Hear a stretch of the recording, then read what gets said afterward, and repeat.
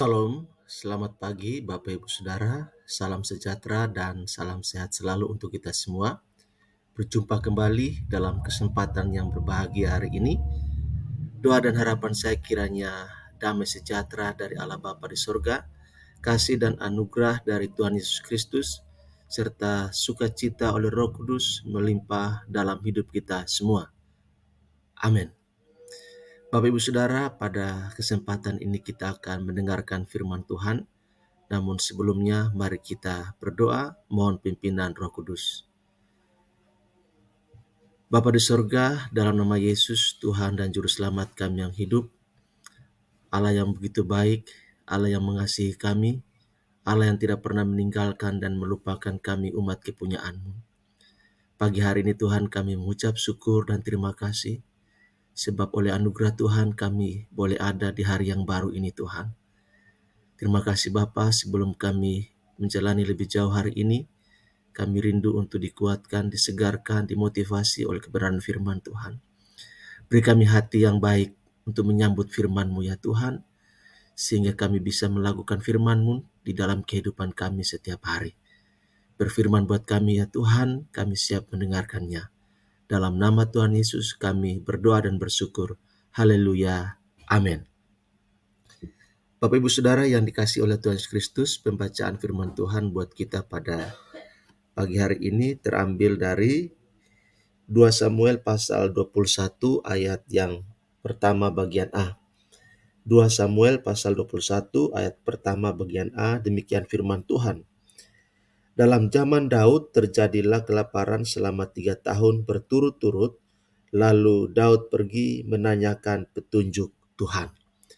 Demikian firman Tuhan untuk kita, dan dari firman Tuhan ini, judul renungan kita ialah ketika terjadi krisis, mintalah bimbingan Tuhan. Ketika terjadi krisis, mintalah bimbingan Tuhan.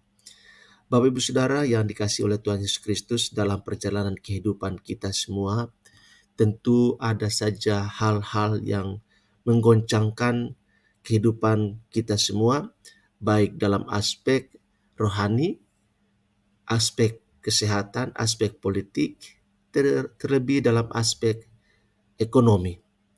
Dan dalam bacaan kita pada pagi hari ini, Daud dan rakyat Israel mengalami kondisi krisis ekonomi di mana terjadi kelaparan yang berulang.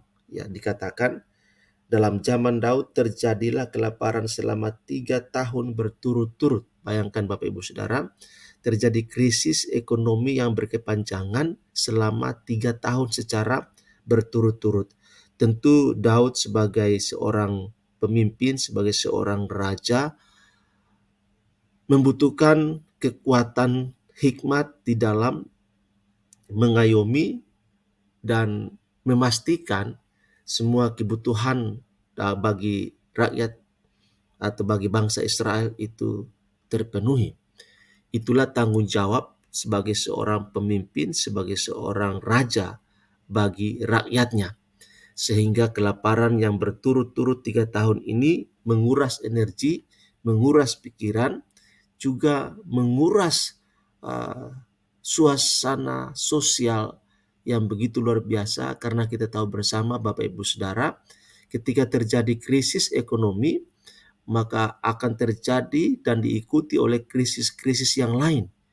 Dan tentu yang diminta pertanggungjawaban pada saat itu adalah raja, dalam hal ini Daud.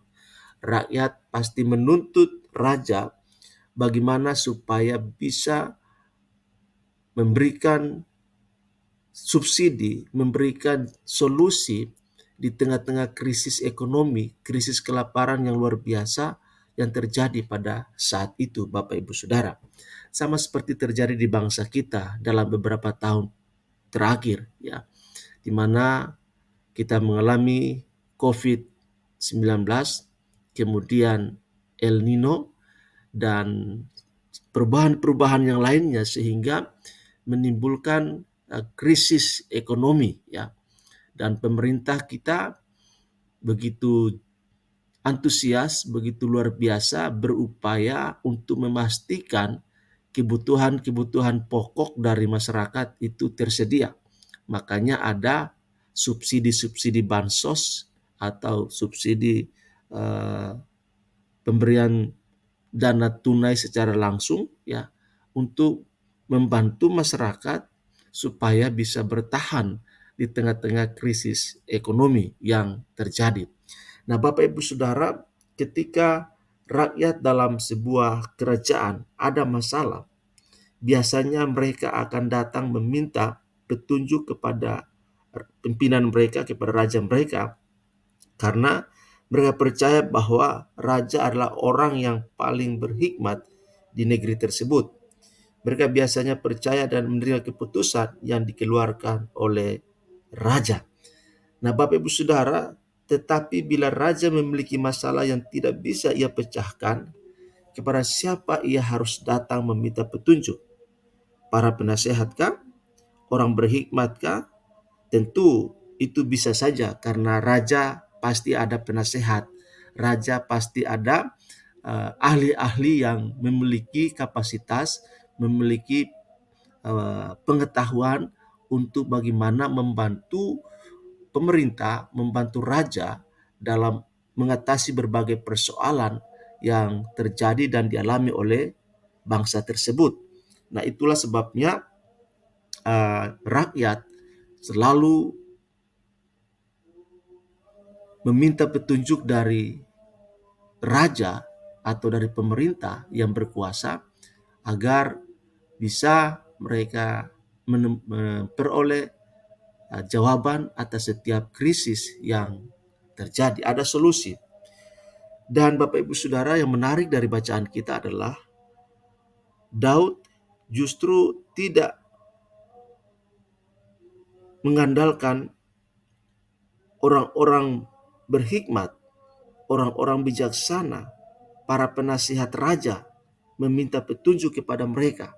Mungkin tentu saja bisa, tetapi yang Daud lakukan sebagaimana rakyat bergantung kepada Daud dalam pengambilan keputusan, maka ia juga menjadi sangat luar biasa kebergantungannya kepada Tuhan. Nah, Bapak Ibu Saudara, Raja Daud datang merendahkan hati, memohon petunjuk kepada Tuhan atas bencana kelaparan yang melanda bangsa Israel selama 3 tahun secara berturut-turut. Dan menarik Bapak Ibu Saudara, saat Daud sebagai raja datang merendahkan hati, meminta petunjuk, memohon pertolongan Tuhan, maka kita menemukan bahwa Tuhan Sang Pencipta langit dan bumi, penguasa semesta, memberikan petunjuk dengan memerintahkan agar Daud membersihkan segala kesalahan yang dilakukan oleh keluarga Saul, di mana mereka berusaha membinasakan bangsa Gibeon yang merupakan sisa-sisa bangsa Amori. Padahal bangsa Israel sudah bersumpah untuk membiarkan mereka hidup. Jadi Bapak Ibu Saudara, dari sini kita bisa mengetahui bahwa ada penyebab mengapa krisis kelaparan itu terjadi di Israel. Rupanya ada pelanggaran, ada dosa yang belum dibereskan, dosa bangsa yang belum diselesaikan, belum dituntaskan oleh bangsa Israel dalam era Raja Saul, sehingga dosa itu telah menimbulkan dampak negatif, menimbulkan suatu masalah besar bagi bangsa Israel. Kita tahu Bapak Ibu Saudara, dosa keluarga Saul membuat berkat yang seharusnya turun atas bangsa Israel menjadi tertahan.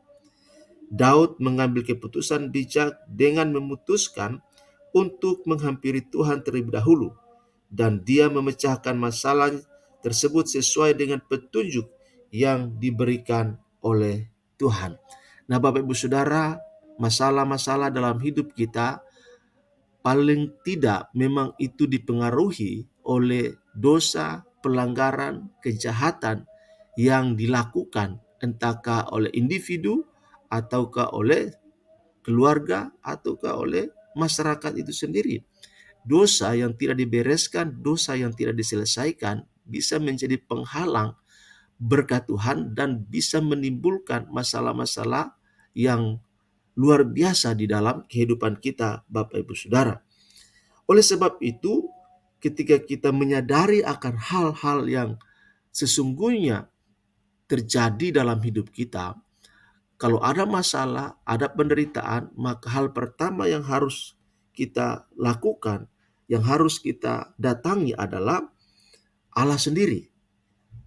Sebab kalau kita mendatangi orang yang salah, orang yang keliru, untuk meminta petunjuk, maka bisa jadi bukan solusi yang kita dapatkan, malah memperkeruh, memperpanjang masalah yang kita alami.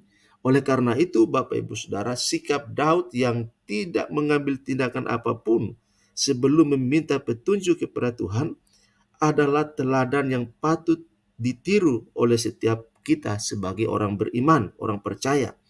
Daud menghormati Tuhan sebagai yang tertinggi dan pemilik kerajaannya. Itu sebabnya Daud datang kepada Allah dan meminta petunjuknya atas masalah krisis ekonomi yang terjadi di negerinya. Bagi Daud, Tuhan adalah Dia yang berkuasa atas kehidupan umatnya. Allah tahu segalanya tentang kita, dan di dalam Dia pasti ada solusinya. Oleh sebab itu, Bapak Ibu Saudara, kalau saat ini kita mengalami masalah dalam kehidupan kita, terjadi krisis dalam kehidupan kita, maka kita harus mengevaluasi hubungan kita dengan Tuhan. Dan pada saat kita datang dengan rendah hati kepada Tuhan, memohon hikmat Tuhan, memohon bimbingan Tuhan, memohon petunjuk Tuhan di tengah-tengah pergumulan, di tengah-tengah masalah, di tengah-tengah penderitaan yang kita alami, maka Tuhan akan menyingkapkan apa yang menjadi penyebab kita mengalami keadaan itu. Dan kalau itu karena dosa, maka dosa itu harus dibereskan. Dosa itu harus diselesaikan. Dosa itu harus diakui di hadapan Tuhan dan harus diakui di hadapan orang yang kepadanya kita telah melakukan kesalahan. Maka pemulihan itu sangat penting, sebab itulah cara Allah untuk membantu kita mengatasi masalah, menolong kita untuk keluar dari persoalan-persoalan kita, dan membuat kita menerima kembali berkat-berkat yang tertahan oleh karena tersumbat, terhambat, sebab ada dosa yang belum diselesaikan, belum dibereskan secara serius dan sungguh-sungguh. Bapak Ibu Saudara, dosa bagi Allah itu sangat serius. Dan itu sebabnya dosa harus diselesaikan juga dengan serius. Dan Allah sesungguhnya telah melakukan itu di dalam Yesus Kristus, di mana Allah telah menyelesaikan segala dosa kita melalui kematian Yesus di atas kayu salib.